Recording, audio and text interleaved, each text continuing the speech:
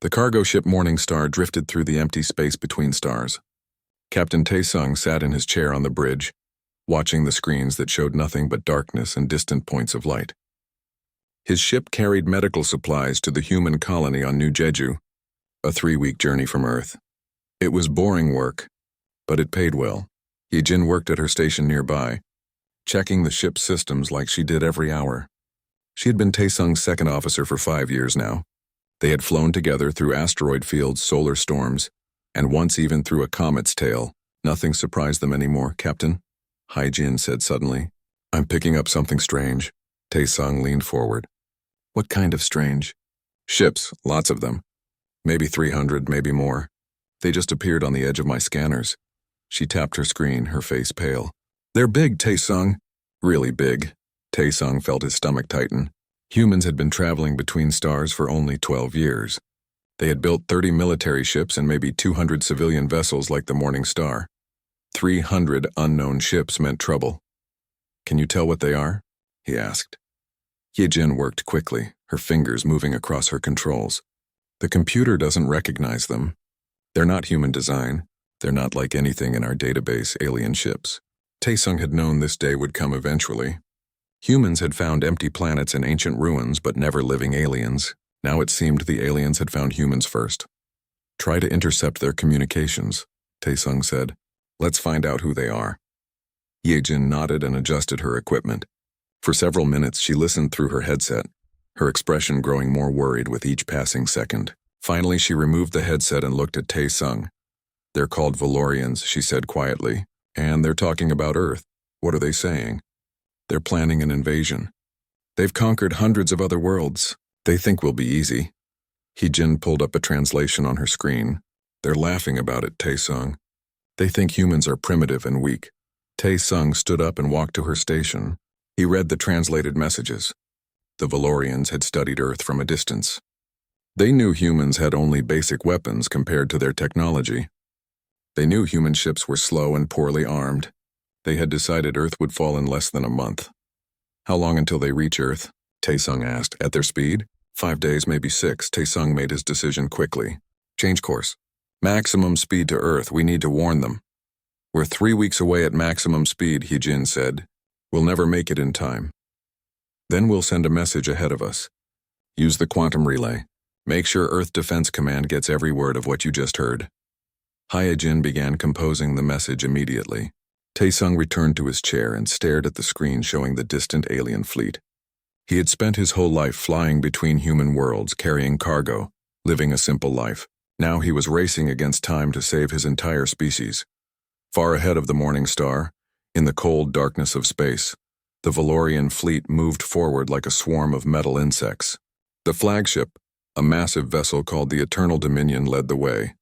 Inside its command center, Commander Vralthos studied the holographic display of Earth's solar system. Vralthos had conquered 43 worlds in his career. He knew what victory looked like. It looked like this: overwhelming force against unprepared enemies. His fleet had 500 warships, each one more powerful than anything humans could build. His soldiers numbered in the millions. His weapons could crack planets open if needed. Report, Vralthos commanded. A junior officer stepped forward. The human homeworld has 3 small moons and 1 large moon. They have military installations on the large moon. We count 32 combat vessels in total. Their weapons are primitive projectile and early plasma designs. Vralthos laughed, a sound like grinding metal. 32 ships? They will be debris before they can fire a shot. What about ground forces? Approximately 500 million soldiers across their homeworld and 3 colonies. They use conventional weapons mostly. No energy shields. No power armor. They are very weak. High Overseer Kelmarth entered the command center. He was the intelligence chief responsible for studying enemies before battle. He approached Vralthos and bowed slightly. Commander, I have reviewed all data on the humans, Kelmarth said. They are a young species. They have only left their world recently. They have no experience with galactic warfare. They have no allies. They are alone and helpless. Good, Vralthos said. Then this will be quick. The supremacy demands we add 20 new worlds this year. Earth and its colonies will give us 4. We are ahead of schedule. There is one unusual thing, Kelmarth added. Humans are very diverse. They have many different cultures, languages, and governments. They fight among themselves frequently. Even better, Veralto said. Divided enemies are weak enemies. They will surrender quickly when they see our power. The Valorian officers around the command center nodded in agreement. They had heard this before. Every species thought they were special, thought they could resist. Every species was wrong. The Valorians had never lost a war. They would not lose this one. Set course for the human homeworld, Veralthos commanded. Full speed. We attack in 6 days. Back on the Morning Star, Taesung received confirmation that his message had reached Earth. The response came from Admiral Jin Woo of Earth Defense Command. The message was brief. Message received. All forces mobilizing. Return to Earth immediately. We need every ship. They want us to fight, Heejin said, disbelief in her voice. We're a cargo ship. We're a human ship, Taesung corrected. That's enough. He changed course again, pushing the Morning Star's engines beyond their recommended limits. The ship shook and groaned, but it moved faster.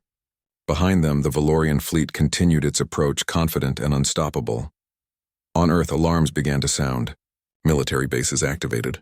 Civilians were told to prepare for evacuation to underground shelters. The 30 human warships formed a defensive line near the moon. They were small vessels with names like Thunder, Phoenix, and Defiant. They had never fought a real war before. Admiral Jin Woo stood on the bridge of his flagship, the Indomitable. He was 60 years old, a veteran of Earth's last global conflict before humans had united to reach the stars. He had fought in cities and mountains and deserts. He knew war. He knew what was coming, sir, his tactical officer said. Intelligence confirms 500 enemy vessels. They outgun us 15 to 1. They outmass us 30 to 1. I can count, Jinwoo said calmly. What else? They'll be here in 5 days. Diplomatic teams are trying to make contact, but the aliens aren't responding to our signals. Jinwoo nodded slowly.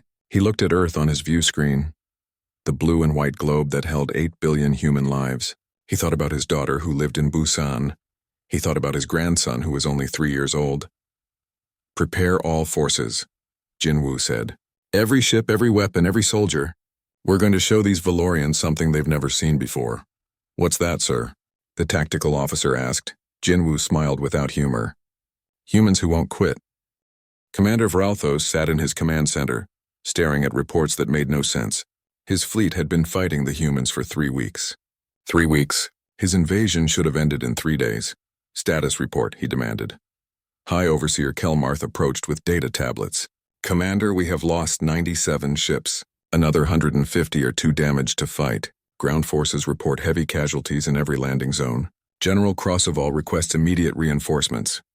Reinforcements? Vralthos stood up, his 4 eyes blazing. We brought 500 warships and millions of soldiers. How can we need reinforcements? The humans do not fight as we expected, Kelmarth said carefully. They do not defend positions. They do not hold territory. They strike and vanish. They use the environment as a weapon. They turn our advantages into disadvantages. Vralthos grabbed the data tablet and read the reports from Earth. In Seoul, Valorian forces had advanced only 3 kilometers in 3 weeks. In New York, they controlled nothing but their landing zones. In Mumbai, an entire battalion had disappeared overnight. Their last communication reporting that the buildings themselves were attacking them. This is impossible, Vralthos said. We are the mightiest military force in the galaxy. We have conquered 847 worlds. Perhaps, Kelmarth suggested quietly. That is the problem. We know only conquest. These humans know only survival. They fight differently because they must. On Earth, in the ruins of Seoul, General Krossoval was learning the same lesson. His massive fortress vehicle crawled through the destroyed streets, surrounded by his elite guard. He had called for the Void Reavers, the most feared warriors in the Valorian Empire. They were arriving today. The Void Reavers were legendary, 10,000 soldiers who had never lost a battle in 300 years. They wore black armor that could withstand nuclear blasts. They carried weapons that could cut through starship hulls. They were trained from birth to be perfect warriors. War Master Threnzok commanded them. He was a giant even among Valorians, standing nearly 3 meters tall. His armor bore the marks of 1,000 battles. He had personally conquered 14 worlds. General Krossoval, Threnzok said as he arrived at the fortress. You called for the Reavers. This is embarrassing for you. These humans are not normal enemies, Krossoval said defensively. They are cunning. They used dishonorable tactics. All defeated enemies say such things, Threnzok replied. Show me these humans. My Reavers will crush them in 72 hours. That is my promise. Crossfall wanted to warn him, to explain that the humans were different, but pride kept him silent. Perhaps the legendary Void Reavers could succeed where his regular forces had failed. Sung-Ho watched the Valorian reinforcements arrive from his hidden observation post. He counted the enemy soldiers through his scope. 10,000. All heavily armored, all carrying advanced weapons. He spoke into his communicator. Young Mai, we have a problem. They brought their best soldiers. Young Mi was 3 blocks away, hidden in what looked like a collapsed apartment building. She had spent the last week rigging the entire district with traps, bombs, and surprises. How many? 10,000. They look serious. Good, Young Mi said with a grim smile. The bigger they are, the harder they fall. Are your teams ready? Everyone is in position, Sung-Ho confirmed. We have civilians evacuated 5 kilometers back. The welcome mat is ready. The Void Reavers began their advance. They moved in perfect formation, weapons ready, scanning every building and street. They were disciplined and careful. They were the best soldiers the Valorian Empire could produce. They walked into a city that had been turned into a massive trap. The first building collapsed when they were halfway down the street. Not from bombs, but from carefully cut support beams. The building fell sideways, forcing the Reavers to scatter. Before they could regroup, the street itself opened up. Young Mai had weakened the underground tunnels. Hundreds of Reavers fell into the darkness below. Ambush, Threnzok roared. Combat formation. But there was no enemy to fight. The humans were not there. Instead, the remaining buildings began to collapse in sequence, creating a domino effect. The Reavers tried to retreat, but behind them more streets were falling apart. Then the real attacks began. Human soldiers appeared on distant rooftops, fired missiles, and disappeared. Drones flew out of sewers, dropped explosives, and vanished back underground. Every door, every window, every corner could hide an enemy or a trap. Threnzok tried to organize his forces, but the environment itself was fighting against him. Water mains burst, flooding streets. Power lines fell, electrifying metal surfaces. Gas pipes exploded without warning. The humans had turned the entire city into a weapon. Where are they? A Reaver soldier shouted. Show yourselves and fight! Sung-Ho heard this through his listening devices and laughed quietly. We are fighting. You're just losing. For 6 days, the Void Reavers advanced through Seoul. Every meter cost them soldiers. Every building they entered could be a trap. They found abandoned human equipment, messages spray-painted on walls, and sometimes just the sound of laughter echoing through empty structures. The humans were ghosts. The Reavers could not catch them, could not corner them, could not defeat them. Young Mai's engineering teams collapsed buildings ahead of the Reavers and behind them. Sung-Ho's soldiers attacked supply convoys, communication relays, and landing zones. On the 7th day, Threnzok stood in what had once been a city square.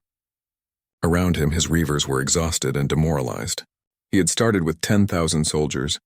Now he counted less than 8,000 combat-ready troops, and he had not even seen the human headquarters. War Master, one of his officers said, "We found something." They showed him a wall where humans had painted a message in large letters. Welcome to Earth.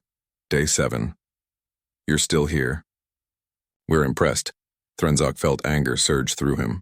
The humans were mocking him. The mighty Void Reavers were being mocked by primitives. All forces, he commanded. Full assault. Find their command center. Find their soldiers. End this now, but Sung-Ho had no command center. His forces operated in small independent teams. There was no headquarters to capture, no supply line to cut, no leader to kill. Every human fighter knew what to do without orders. They had trained for this. They had prepared for years, hoping they would never need these skills. The Reavers pushed forward, but the city pushed back. Young Mi had saved her best traps for last. She had rigged entire blocks to flood with water, then electrified the water. She had weakened bridges so they would collapse under the weight of heavy armor. She had recorded sounds of human voices and played them from hidden speakers, drawing Reavers into empty buildings rigged to explode. This is not war, one Reaver soldier said to another. This is madness. The city itself fights us. Because the city is them, the other replied. The humans do not defend Seoul. Seoul is their weapon. At night, the attacks intensified. Human teams, led by fighters who knew every street and tunnel, struck from the darkness. They destroyed Reaver supply depots. They sabotaged equipment. They left no Reaver soldier feeling safe, even in fortified positions. Threnzok tried to contact General Crossoval, but communications were unreliable. The humans were jamming signals, cutting cables, destroying relay stations. Finally, after 3 days of trying, he got through. General, I need authorization to use heavy weapons. Plasma bombardment. Incendiary shells. We must destroy the city to win it. Crossoval hesitated. The Supremacy wants Earth intact. They want the infrastructure, the resources, the cities. Then the Supremacy will not have Earth at all, Threnzok shouted. These humans will not surrender. They will not retreat. They fight as if every street is their home because it is. I have never seen anything like this. We are losing, General. Those words shocked Crossoval into silence. The Void Reavers never lost. It was impossible. It was unthinkable. I will request orders from Commander Vralthos, Crossoval finally said. But before those orders could arrive, something changed. Human civilians began to appear. Not soldiers, but ordinary people. They stood on rooftops, visible to the Reavers but out of weapon range. They held signs and banners. One sign read, Day 18, you're tired. We live here. Another read, Go home, Valorians. You don't belong here. A child held a sign that simply said, My dad is fighting you. You will lose. Threnzok stared at these civilians. They were not afraid. They were defiant. They believed their soldiers would win. And worse, Threnzok was starting to believe it too. That night, Threnzok sent a message to Commander Vralthos. It was brief and honest. The humans do not fight like soldiers. They fight like the world itself is their weapon. Request immediate. The message cut off. The communication array had been destroyed by a human raid. Threnzok tried to send the message again, using emergency channels, backup systems, even Reaver personal communicators. Nothing worked. The humans had cut him off. In his hidden bunker 5 kilometers from the battle zone, Sung-Ho received a report that made him smile. We've jammed their communications. The Reavers are alone now. Young Mai nodded. Good, alone, scared, and surrounded? That's when people make mistakes. They're not people, Sung-Ho reminded her. They're aliens who came to enslave us. Then they're about to learn why enslaving humans is a bad idea, Young Mi replied. The Valorian fleet emerged from faster-than-light travel at the edge of Earth's solar system. 500 warships appeared in perfect formation, their hulls gleaming in the distant light of the sun. Commander Vralthos watched from his command center as his sensors began mapping the human defenses. They have positioned their ships near their moon, an officer reported. All 32 vessels. They are waiting for us.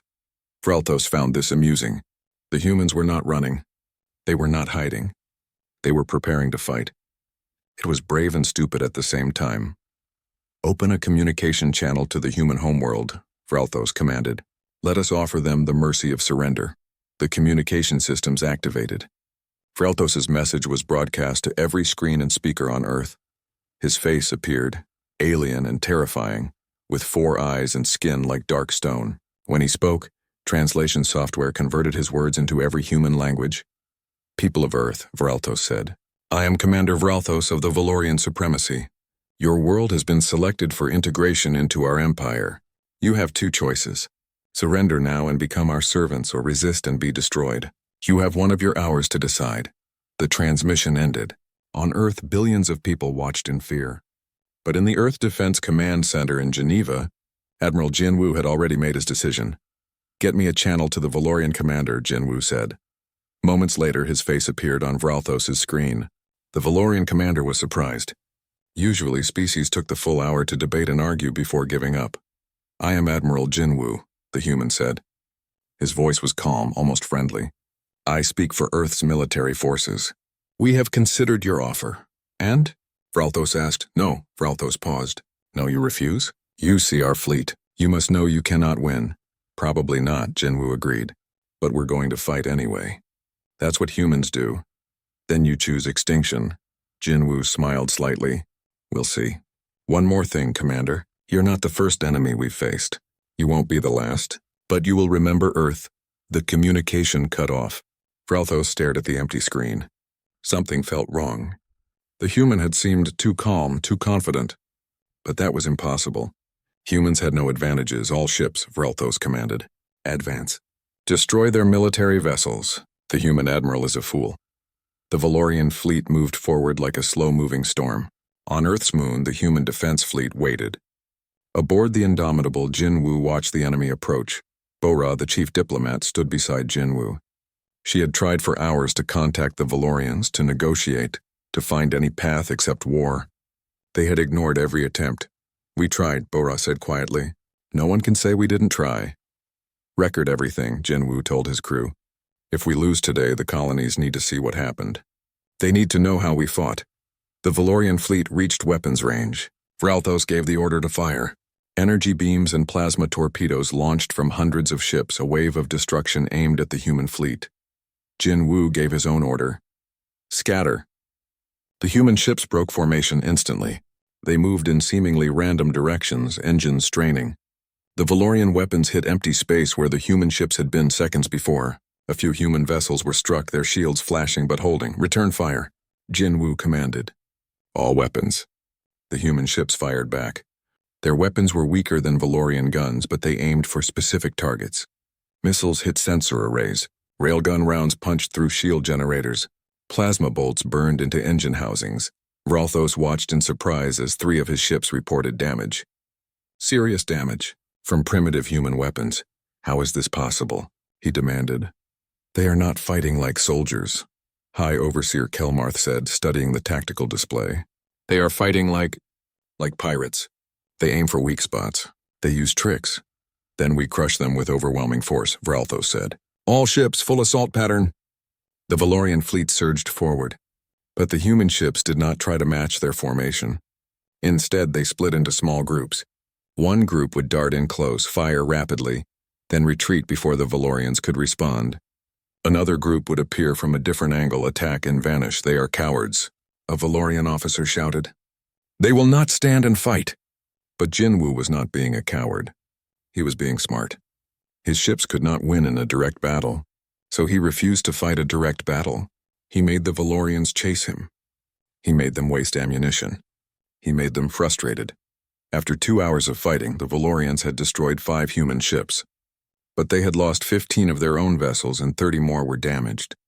Vralthos was furious. "This is unacceptable," he roared. "We are the Valorian supremacy. We do not struggle against primitives." "Commander," Kelmarth said carefully, "perhaps we should reassess. The humans fight in ways we have not seen before. They do not follow proper military doctrine. They are unpredictable. Then we will show them the price of resistance," Vralthos said. "Deploy ground forces, land armies on their moon bases and their homeworld. We will take their territory while their ships run and hide." General Krosseval, commander of the Valorian ground forces, bowed. "It will be my honor, Commander. My soldiers will crush the human defenders in days." Landing ships began launching from the Valorian fleet, heading toward the moon and Earth. But as they descended, something unexpected happened. Small human ships, cargo vessels, and civilian transports appeared from behind asteroids and debris. They were not warships. They were piloted by ordinary people. Taesung and Heejin were among them. The Morning Star, a simple cargo ship, flew straight at a Valorian landing craft. At the last moment, Taesung adjusted course and released the ship's cargo containers. The heavy containers smashed into the landing craft's hull, damaging its engines. "Did you see that?" Heejin shouted excitedly. "We hit them." "Once is good," Taesung said, already turning the ship. "Let's see if we can do it again." All around the battle zone, other civilian ships were doing the same thing. They used debris as weapons. They rammed damaged Valorian ships. They created chaos. The Valorians had trained to fight military forces. They had not trained to fight merchant captains and transport pilots who acted like madmen. On Earth, General Krosseval's forces began landing near major cities. His soldiers were massive warriors in heavy armor, carrying weapons that could destroy buildings with single shots. They had conquered countless worlds. They feared nothing. They marched toward Seoul expecting the humans to flee or hide. Instead, they found the city empty. The streets were deserted. "The buildings were dark. Where are they?" one Valorian soldier asked. The answer came in the form of explosions. The buildings themselves were rigged to explode. The streets collapsed into tunnels below.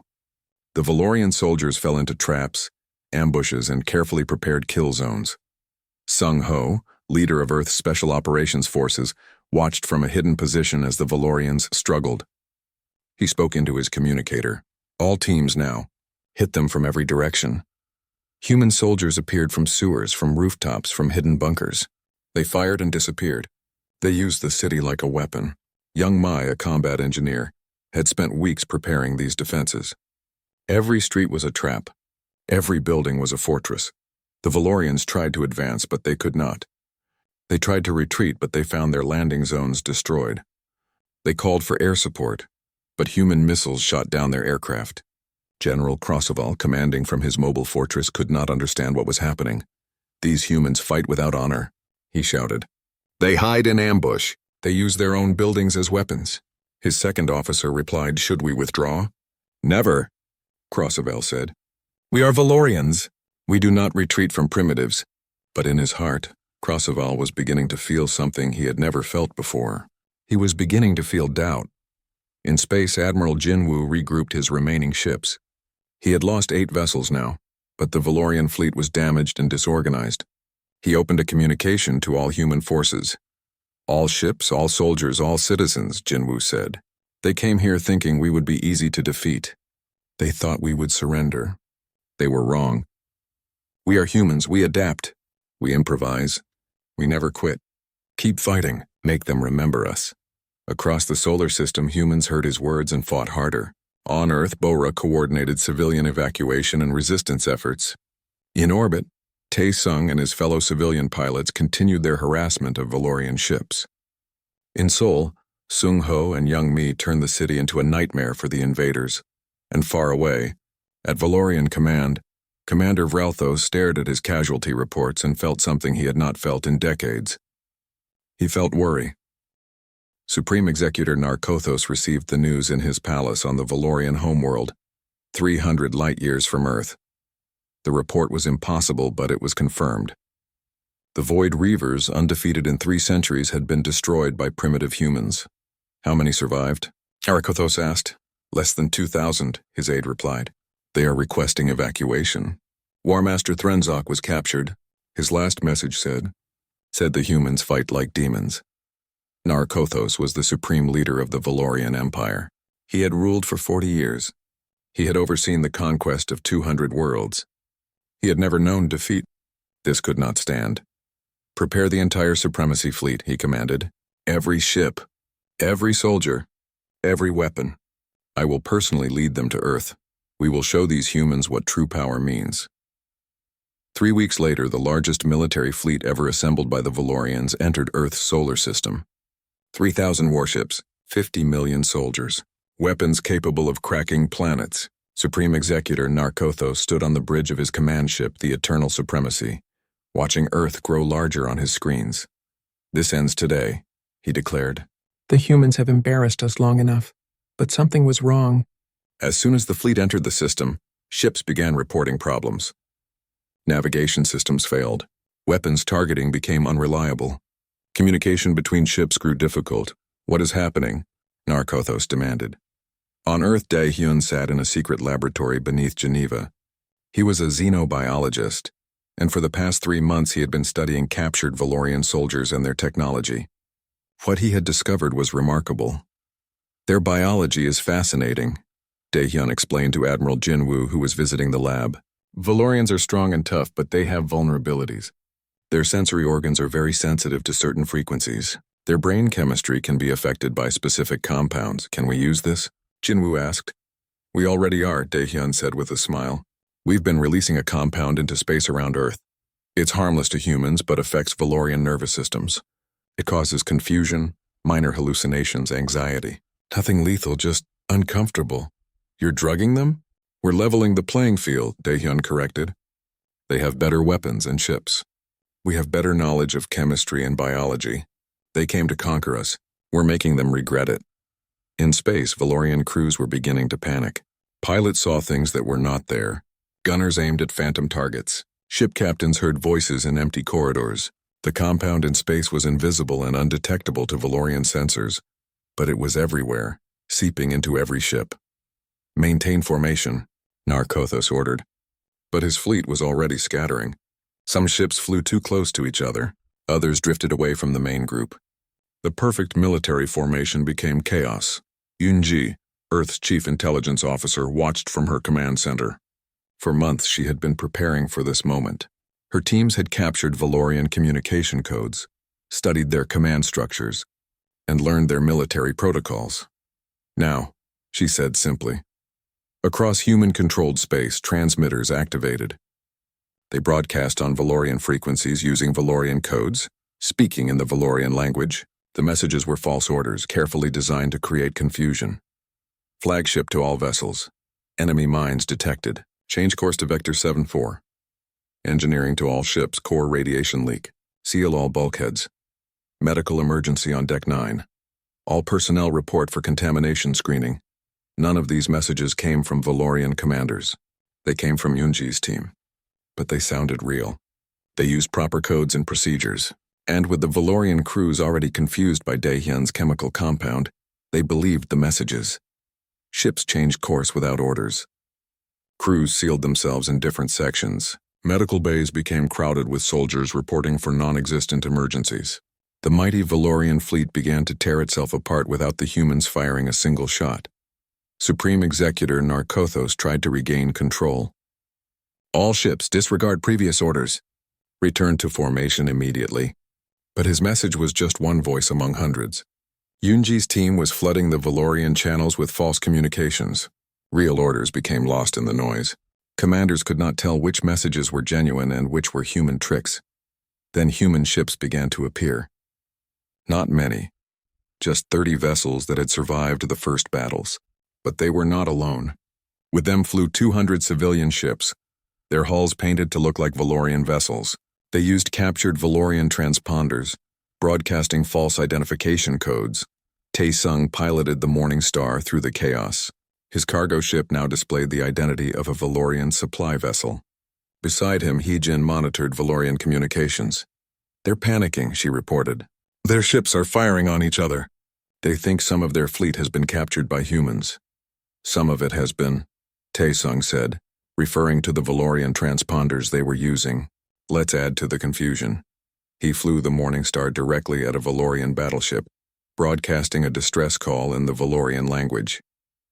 "Under attack by human forces. Requesting immediate assistance."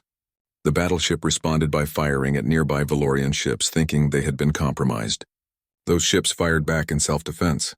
Within minutes, an entire section of the Valorian fleet was engaged in friendly fire. Admiral Jinwoo watched from the Indomitable. "Incredible. They're destroying themselves." Bora stood beside him. Over the past months, she had transformed from a diplomat into a strategist. "We've studied them. We know how they think, how they communicate, how they make decisions. We've turned their own systems against them. But we have not won yet," Jinwoo reminded her. "They still have thousands of ships. Then let's make them think we have thousands more." The human ships began using another trick. They launched thousands of small drones, each one emitting signals designed to look like human warships on Valorian sensors.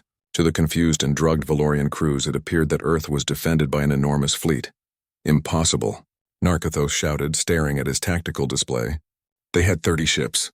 Now I see 3,000 contacts." "Supreme Executor," his tactical officer said nervously.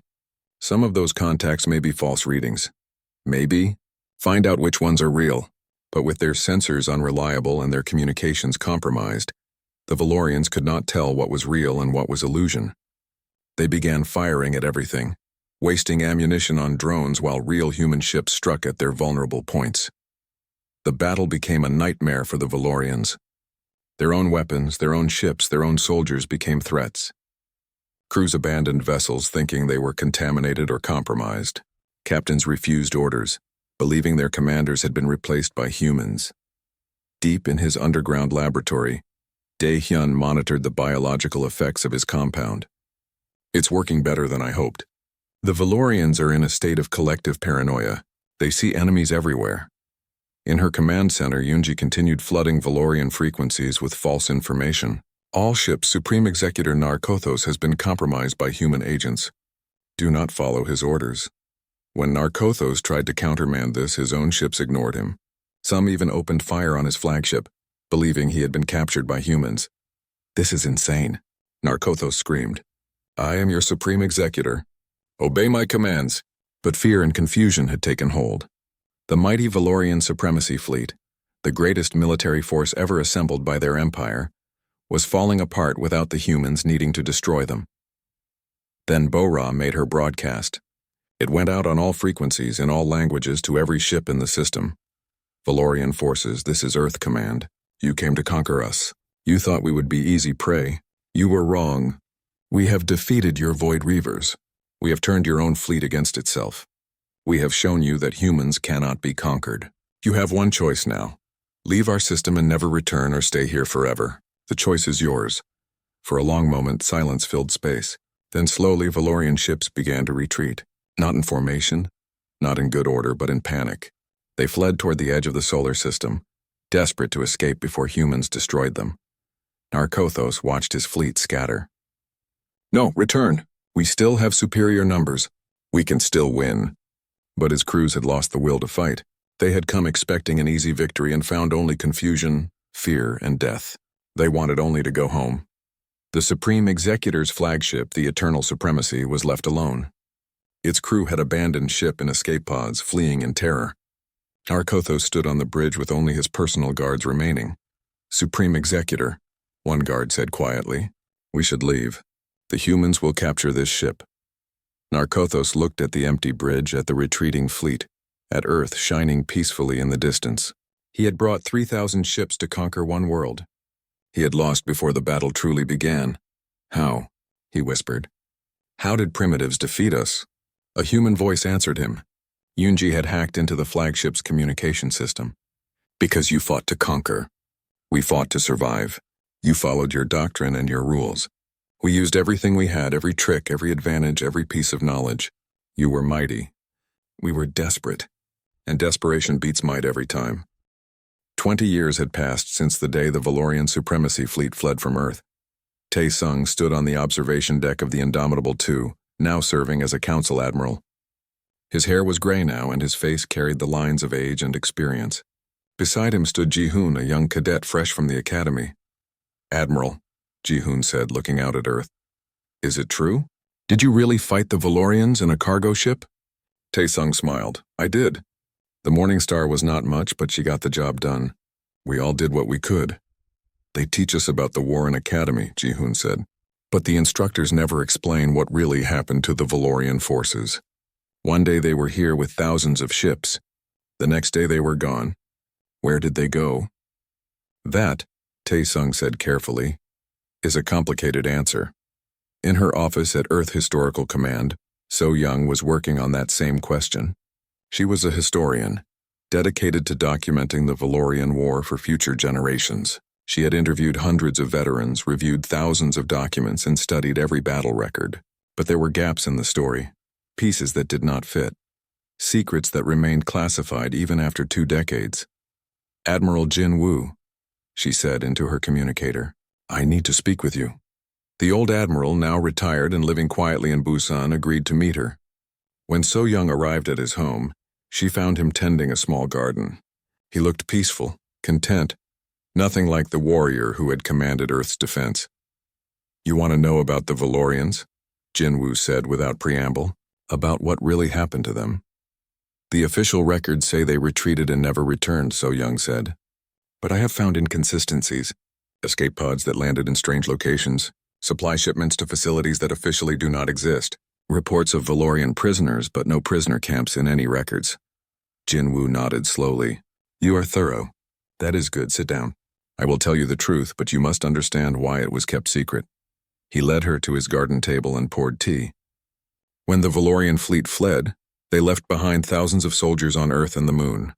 Some were wounded. Some were trapped. Some were captured. We had nearly 30,000 Valorian prisoners. What did you do with them? So-young asked. We treated them well, Jin Woo said. We gave them medical care, food, shelter. We studied them, learned about their culture, their empire, their biology, and then we made a decision that changed everything.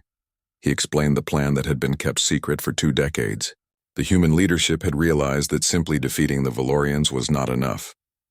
Other species in the galaxy would hear about the battle and might attempt their own invasions. Earth needed more than victory. It needed a reputation. We kept the Valorian prisoners separated, Jin Woo continued, different groups in different locations. We treated each group differently, told them different stories about what happened during the war.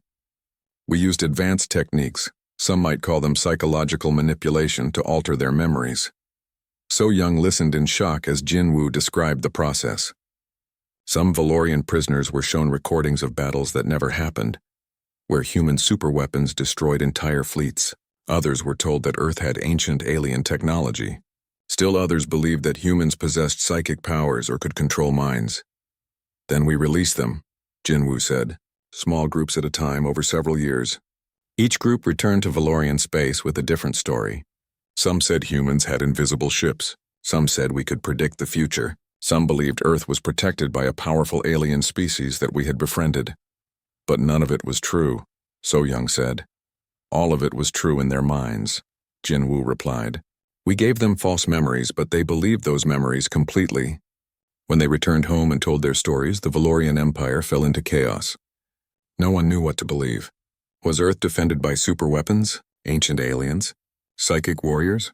The confusion, the fear, the uncertainty, it destroyed them more effectively than any weapon could have. So Young sat back processing this information. You destroyed an empire with lies. We protected humanity with strategy, Jinwoo corrected gently.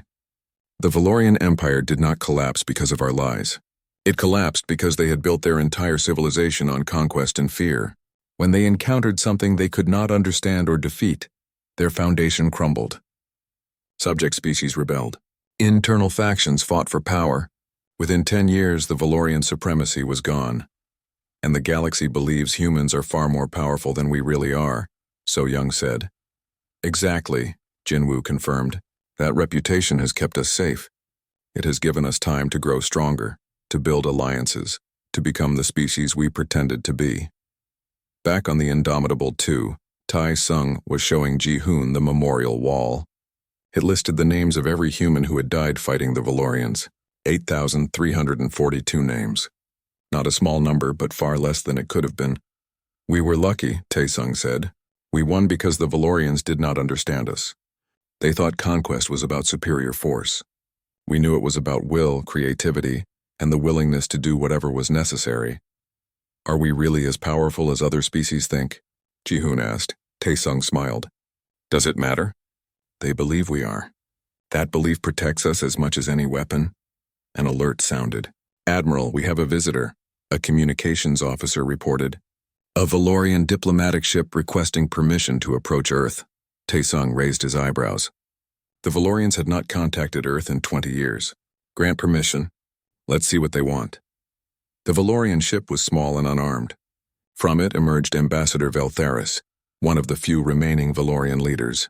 He was old, his dark stone-like skin marked with age, his 4 eyes dim with time and sorrow.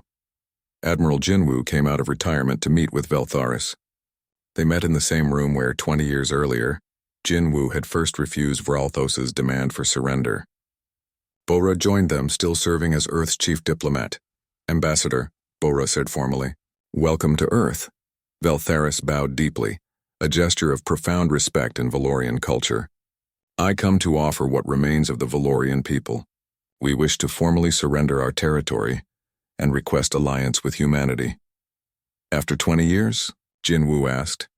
It has taken 20 years for us to understand what happened, Veltharis said. Our empire fell because we believed we were mighty. We believed might was enough. You taught us that we were wrong. He produced a data device.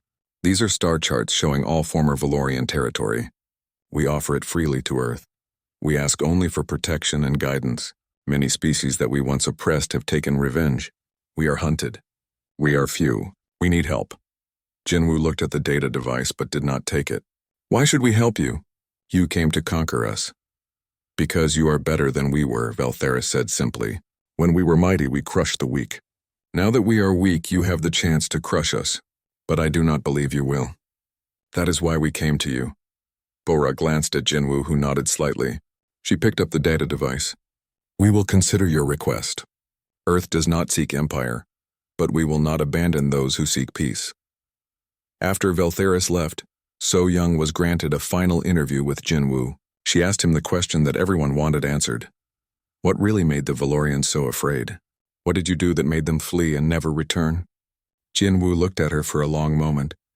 We did something they never expected. We showed them that victory and defeat are not absolutes. They could have destroyed Earth. They had the weapons. But we convinced them that the cost would be too high, the outcome too uncertain, the consequences too terrible. We made them believe that even if they won, they would lose. By lying to them, by outthinking them, Jinwoo corrected. War is not just about weapons and soldiers. It is about psychology, information, perception, and will. We used every advantage we had. We were not the strongest species in the galaxy, but we were the most determined, the most creative, and the most willing to do whatever was necessary to survive. So Young included this interview in her final historical document, but she left out the details about the false memories and psychological manipulation. Some secrets, she decided, needed to remain secret. Future generations would know that humanity defeated the mighty Valorians. They did not need to know exactly how. Ji-hoon graduated from the academy and joined the crew of a human exploration vessel. His ship was assigned to patrol what was now called human protected space. It covered not just Earth and its colonies, but dozens of systems where species requested human protection. He did not protect them with overwhelming force. Human military strength had grown over 20 years, but there were still species with more ships and better weapons. Ji-hoon protected them with reputation. When pirates or raiders approached, he broadcast a simple message. This space is under human protection. Leave now. Most of the time they left. The legend of Earth, the species that had made the mighty Valorians vanish, was enough. When it was not enough, Ji-hoon used the tactics he had learned at academy: deception, misdirection, psychological warfare, and, if necessary, precise force aimed at critical targets. One day, a young alien cadet on his crew asked him the same question he had once asked Tae-sung.